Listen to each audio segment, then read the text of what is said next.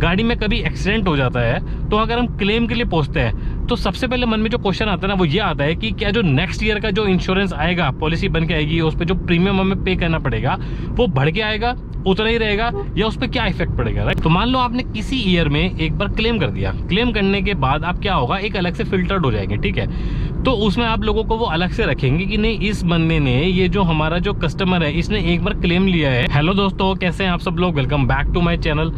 दोस्तों, अगर हम कॉमन मैन के पर्सपेक्टिव से देखें, इंश्योरेंस पॉलिसी होने के बाद भी मन में इतने डाउट रहते हैं कि ये हमारी इंश्योरेंस पॉलिसी है, इसके क्या क्या हमें फायदे हैं, क्या हम इस चीज़ पे क्लेम कर सकते हैं, और अगर हमने कुछ चीज़ें क्लेम करी भी अपने फायदे के लिए तो हमें उसका फायदा होगा या बल्कि ऐसा ना हो कि कहीं नुकसान हो जाए।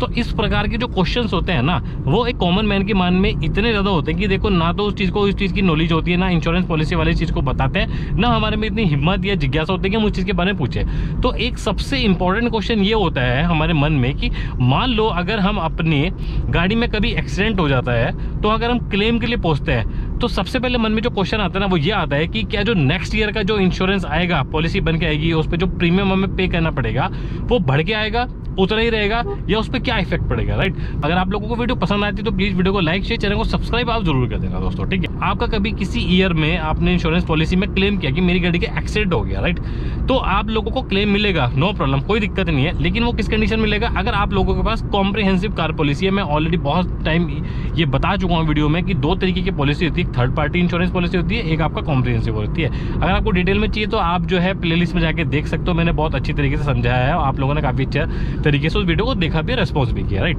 तो कॉम्प्रिहेंसिव पॉलिसी होगी तभी आप क्लेम कर सकते हो। तो आपने क्लेम कर दिया, आप लोगों को मिलेगा, नो डाउट, कोई प्रॉब्लम नहीं आएगी, राइट। तो मान लो आपने किसी ईयर में एक बार क्लेम कर दिया, क्लेम करने के बाद आप क्या होगा, एक अलग से फिल्टर्ड हो जाएंगे, ठीक है। तो उसमें आप लोगों को वो अलग से रखेंगे कि नहीं इस बंदे ने, ये जो हमारा जो कस्टमर है, इसने एक बार क्लेम लिया है तो इसको थोड़ा सा अलग से रखो, क्योंकि ये एज अ रिस्की जो है ना ड्राइवर है, ठीक है, ये हमारे लिए लायबिलिटी बन सकता है फ्यूचर में। मान लो एक बार हो गया, कोई दिक्कत नहीं है। तो आपने नेक्स्ट ईयर मान लो कभी गलती से, देखो एक्सीडेंट कभी भी हमारे हाथ में नहीं होता, कब किस मोड पे आ जाए वो हू नोस, ठीक है। आपने नेक्स्ट ईयर दोबारा से क्लेम कर लिया तो आपकी जो हिस्ट्री होगी ना वो खतरनाक हो जाएगी, कि मतलब आप रिपीटेडली क्या कर रहे हो, क्लेम कर रहे हो, ठीक है। तो वो आपको क्या करेंगे, अलग से बिल्कुल सेग्रीगेट कर देंगे, अलग से आपको रख देंगे। फिर वो क्या करेंगे दोस्तों कि आपका जो इंश्योरेंस पॉलिसी होगी ना, देखो जो कंपनी वाले होते हैं ना, वो दो तरीके से आप लोगों को डील करेंगे। पहले वो एक तरीके से डील करेंगे कि जो हमें इतनी सारी जो कवरेज मिलती है ना, इतने बेनिफिट मिलते हैं हमारी इंश्योरेंस पॉलिसी के अंदर, वो जो कवरेज होगी वो मे भी शायद कई बार कंपनी वाले क्या करते हैं, कम कर देते हैं, कि आपको जो बेनिफिट होंगे वो कम प्रोवाइड करेंगे, वो कम देंगे, ठीक है। कई इंश्योरेंस कंपनी वाले क्या करते हैं कि आपको जो प्रीमियम होता है वो बढ़ा देते हैं, और दूसरी तरीके से वो क्या करेंगे कि जो एडॉन्स हो गए ना, आप लोगों ने सुना होगा कि मल्टीपल एडॉन्स होते हैं, वो आपको बहुत सारे क्या कहते हैं ऑप्शंस में मिलते हैं, ठीक है। तो वो जो एडॉन्स होंगे वो आपको नहीं मिलेंगे, आपको कुछ बेसिक जो एडॉन होंगे वो मिलेंगे, राइट।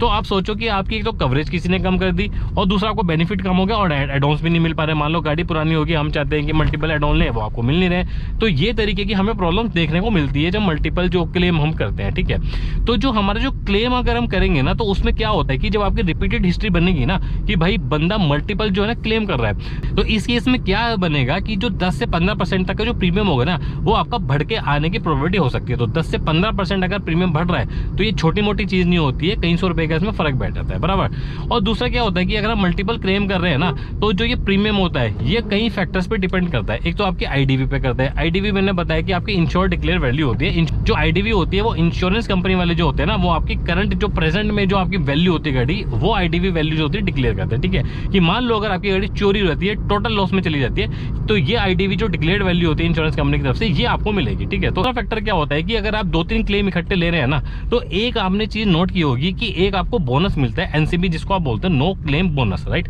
अभी जो नो क्लेम बोनस होता है ये आपका मैक्सिमम 50% तक जाता है। तो 50% तक का अगर आपको डिस्काउंट मिल रहा है आपके प्रीमियम के ऊपर, तो ये एक छोटी चीज नहीं होती, बहुत बड़ी बात होती है। कई सौ रुपए का होता है। ये मैंने खुद जो एनसीबी होता है ये मैंने लिया हुआ है, और कई सौ रुपए का इसमें आपको फायदा मिलता है, ठीक है। तो अगर आपने एक भी क्लेम कर दिया गलती से, तो आपका जो नो क्लेम बोनस होता है ये आपको 50% तक रीच नहीं करेगा, ये आपका बहुत कम हो जाएगा और कई बार तो ये नो क्लेम बोनस आपको मिलता भी नहीं है। ठीक है, तो सोचो कितने फैक्टर पे आपका जो ये प्रीमियम होता है ये आपका वेरी करता है कि अगर आप कुछ भी गलती करते हो ना तो आपका जो प्रीमियम होगा वो बढ़ जाएगा, राइट। और इसमें मैंने एक तरीके का और आपको वीडियो बताया था जो वॉलंटरी डिडक्टेबल होता है। अगर आप प्रीमियम कम भी करना चाहते हो ना तो आप वॉलंटरी डिडक्टेबल ले सकते हो, उसमें आपको कुछ सर्टेन अमाउंट देना पड़ता है, जिसकी वजह से क्या होता है कि आपका प्रीमियम होता है वो आपका 35% तक का रिड्यूस होकर एक अलग से डिस्काउंट मिलता है apart from NCB, no claim bonus. ठीक है, तो ये कुछ इंपॉर्टेंट आपके पॉइंट्स होते हैं जिसकी वजह से आप आपका ना जो प्रीमियम होता है ना वो आप कम कर सकते हो, राइट। तो होप ये इन्फॉर्मेटिव आपको वीडियो कुछ लगी होगी। अगर आप लोगों को वीडियो पसंद आई तो प्लीज वीडियो को लाइक शेयर, चैनल को सब्सक्राइब आप जरूर कर लेना दोस्तों।